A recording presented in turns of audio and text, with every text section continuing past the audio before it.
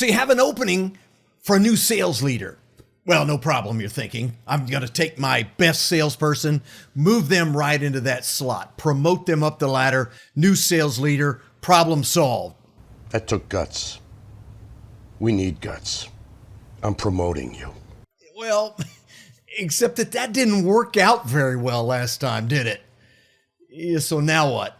This is Sales Untraining, a very different kind of sales podcast. 3 out of 4 salespeople are failing. They're falling short of their revenue. Why doesn't sales training work? That's what this sales podcast is about. It's your weekly sales strategy guide designed to rewire your sales brain.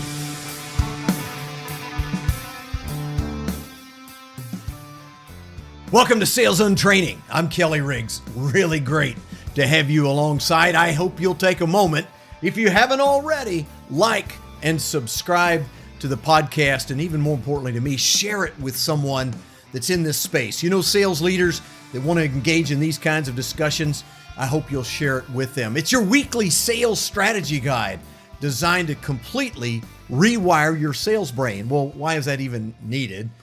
Well, it's because there's something systemically broken with sales training. That's the whole theme of the podcast. This week, wow, one of those very common scenarios that every sales VP, general manager, owner of a company, sales executive has to deal with. We need a sales leader. Might be a VP of sales, might be a regional sales manager, director of sales, might be a sales district manager or sales supervisor, but we need somebody in a leadership role in the sales department. Well, no problem, right? We just go look at the landscape of salespeople, find our top salesperson, maybe number 2, and say, hey, we got this wired up. We're going to offer them the job because clearly they know our product or service line. They're very good in selling. What more could you ask for? So we offer them the job. We put them in that role. And well, hang on a second. Last time we did that, man, that was a dumpster fire. I mean, it just didn't go well. First off, we lost our best salesperson. He or she was unbelievable. Command of the service or product line, knew the industry, well connected, fantastic in front of customers. I mean, just a selling machine. And we moved them into management thinking, well, hey, they're going to do more of the same, except they didn't. And we just can't put our finger on it. But it just didn't work out. And by the way, we've all been there, right?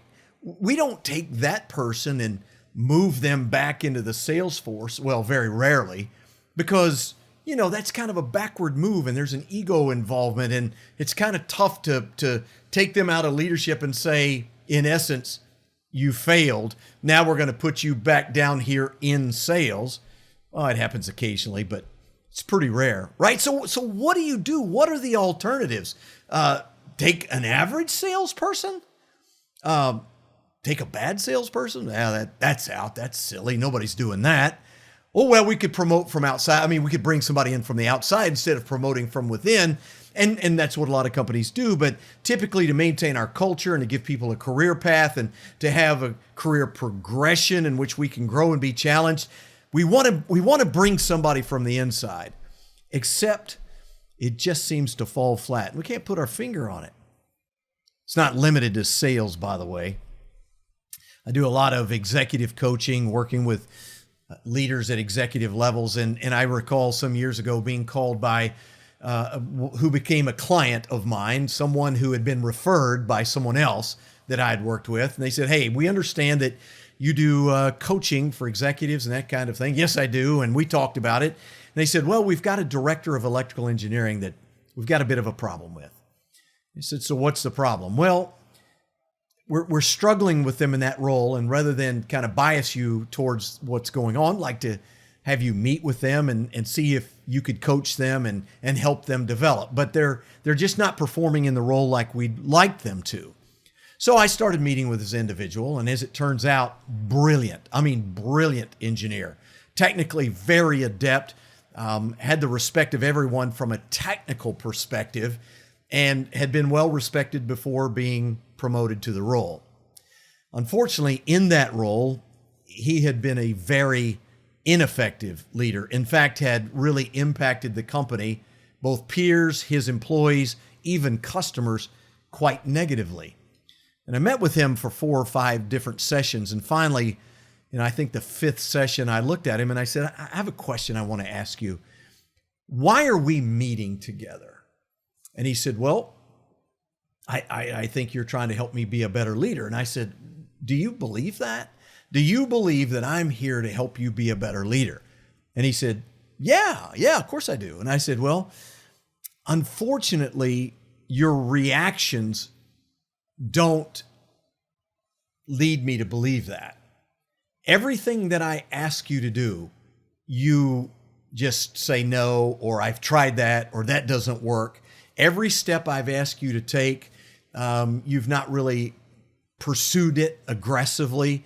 And I'm wondering what the problem is. And he said, well, I don't know. I really do want to be a better leader. And I do think you can help me.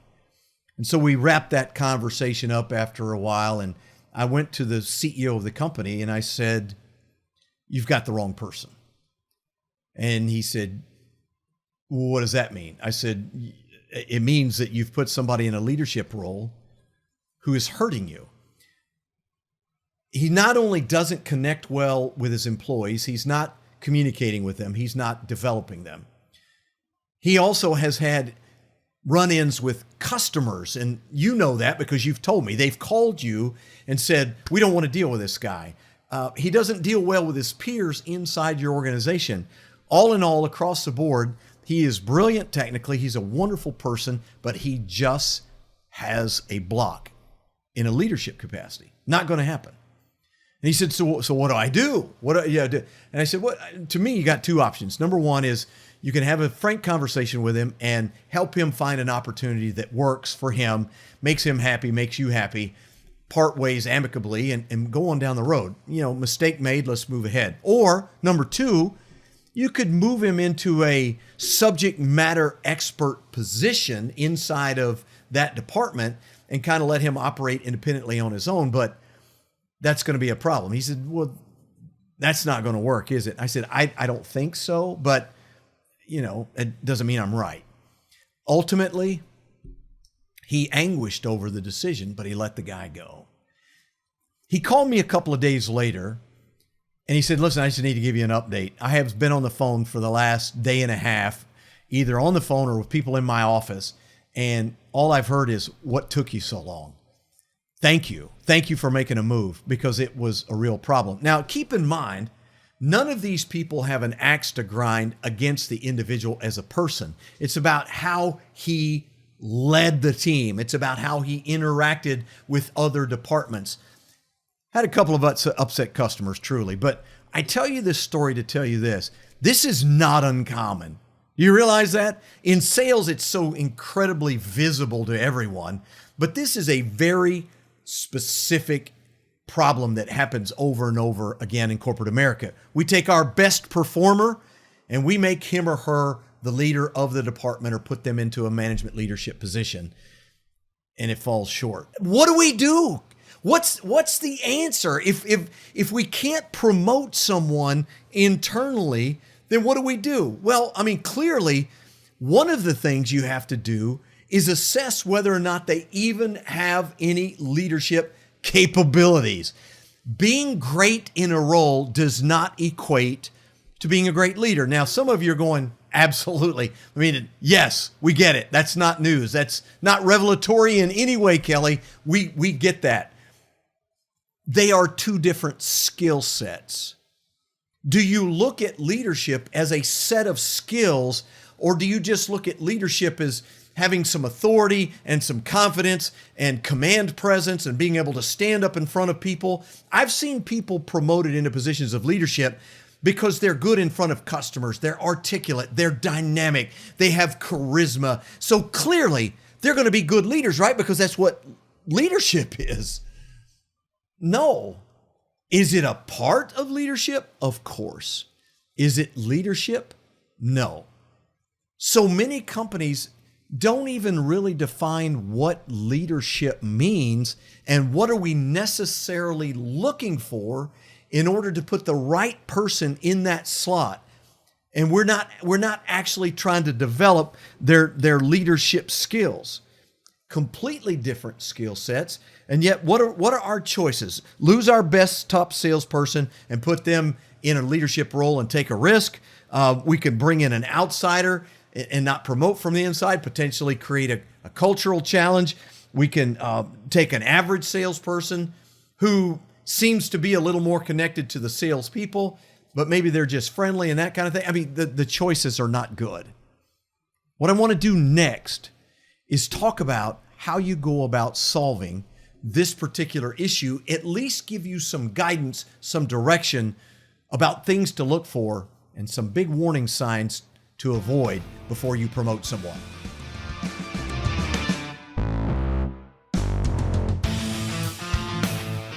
Hey, thanks for making Sales Untraining your first listen of the week. And if you find something you like, if you hear something that's interesting, I hope you'll share it with somebody you know. You can find out more about me at bizlockerroom.com or email me, kelly@bizlockerroom.com. Now back to the show. Well, my guys don't like role play. I mean, I tried it once and, people were embarrassed and they didn't want to be judged. And my point is, can you imagine that kind of response in the athletic arena?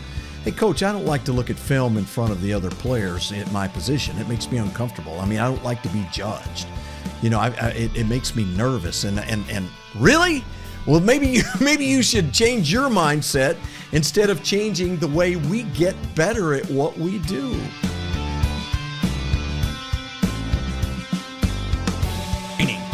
Really great to have you alongside. Again, hope you'll like and subscribe to the podcast.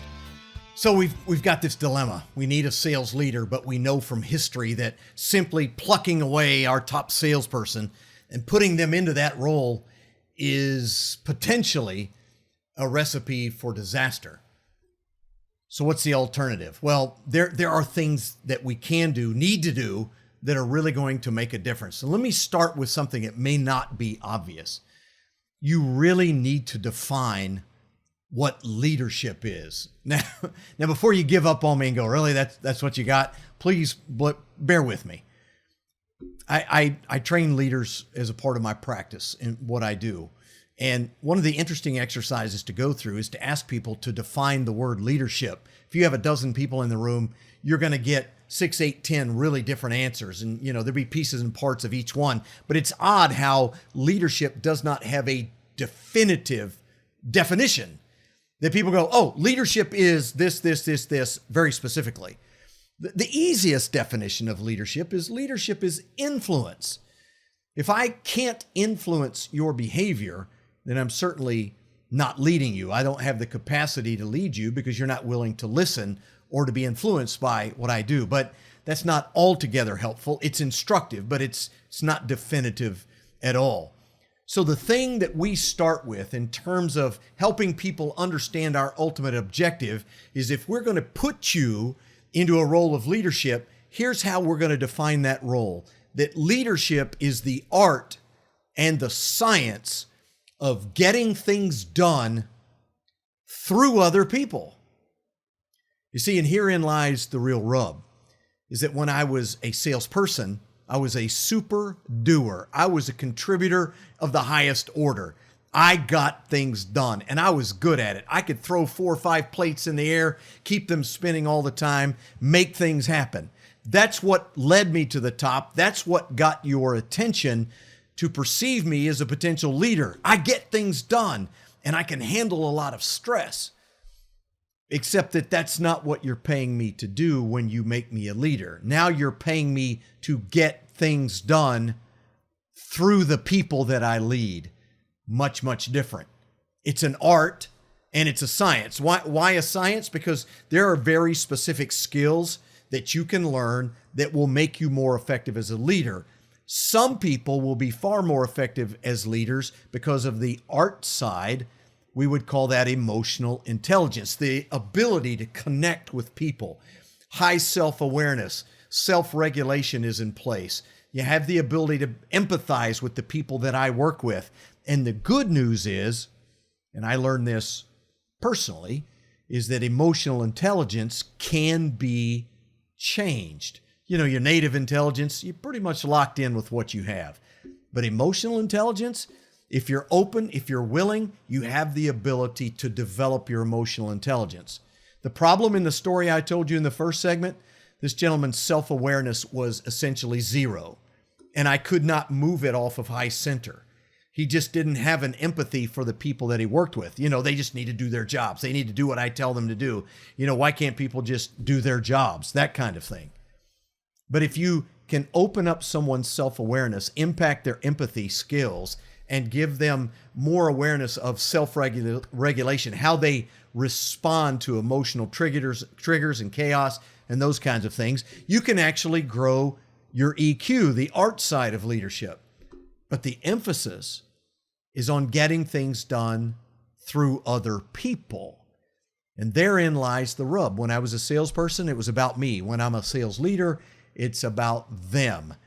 And what happens with most sales leaders is they come in because they know what they're doing and they're very good at it. They tell people what to do.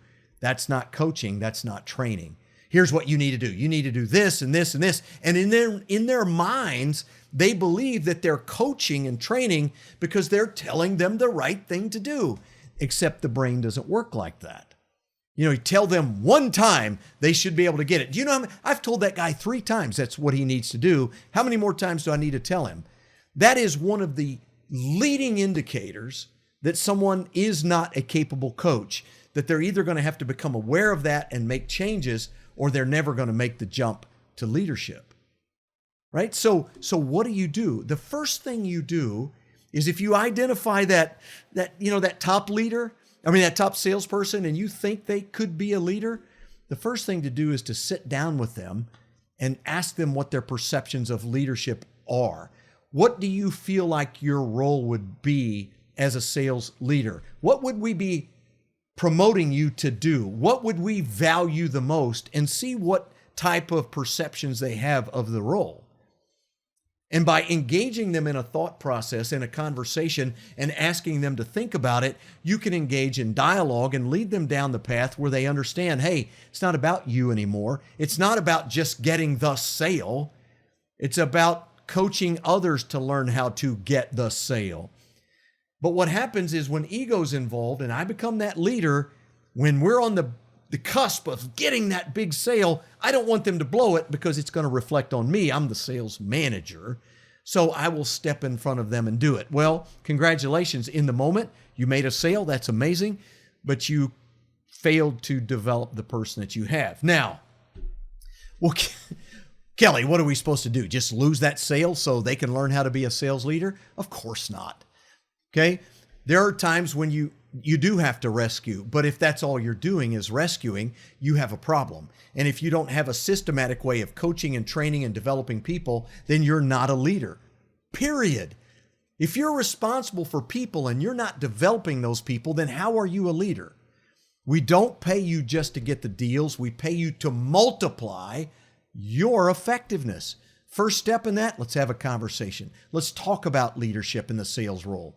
Let's talk about what we would want you to do, and then to lay out very specific expectations. Your job is to coach, to develop, to train your people, to increase their effectiveness, to transform their potential into real performance. And that's going to require you to be a coach. So, step 2, what we'd like to do is to begin to consider you for a leadership role by first putting you into a training coaching capacity concurrent with your current sales role, but to take some of your time and begin to see how well you can impact others through coaching. In fact, we want to bring someone alongside you or send you to some kind of training to teach you the basic rudimentary aspects of coaching and training and development. Because here's one of the things you need to come face to face with.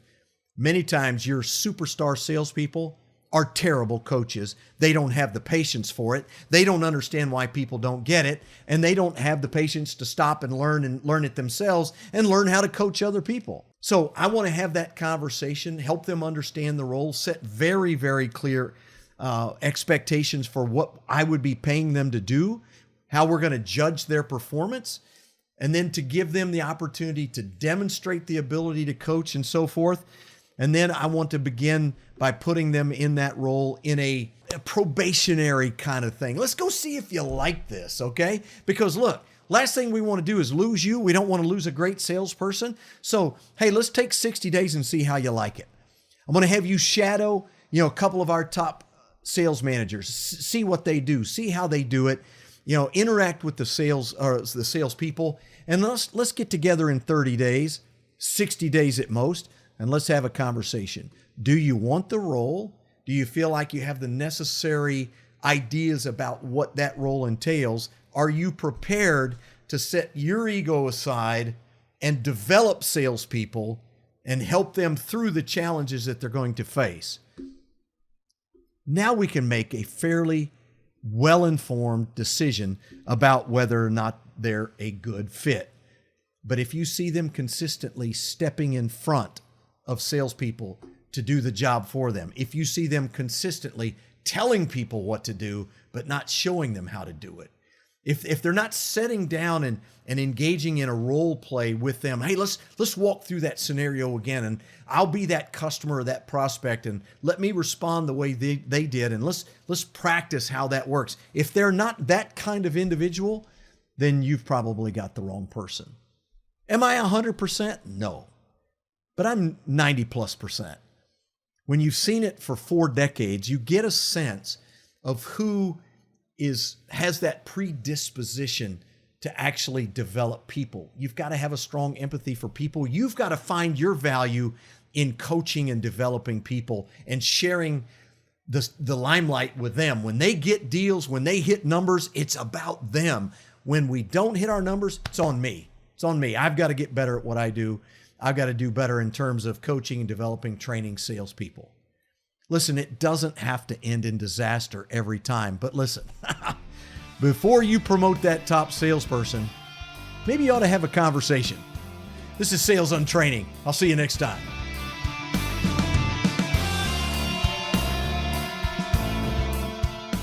Sales on Training is a production of Business Locker Room and Pod About It Productions. Music and editing by Doug Branson. To get more Kelly, visit bizlockerroom.com.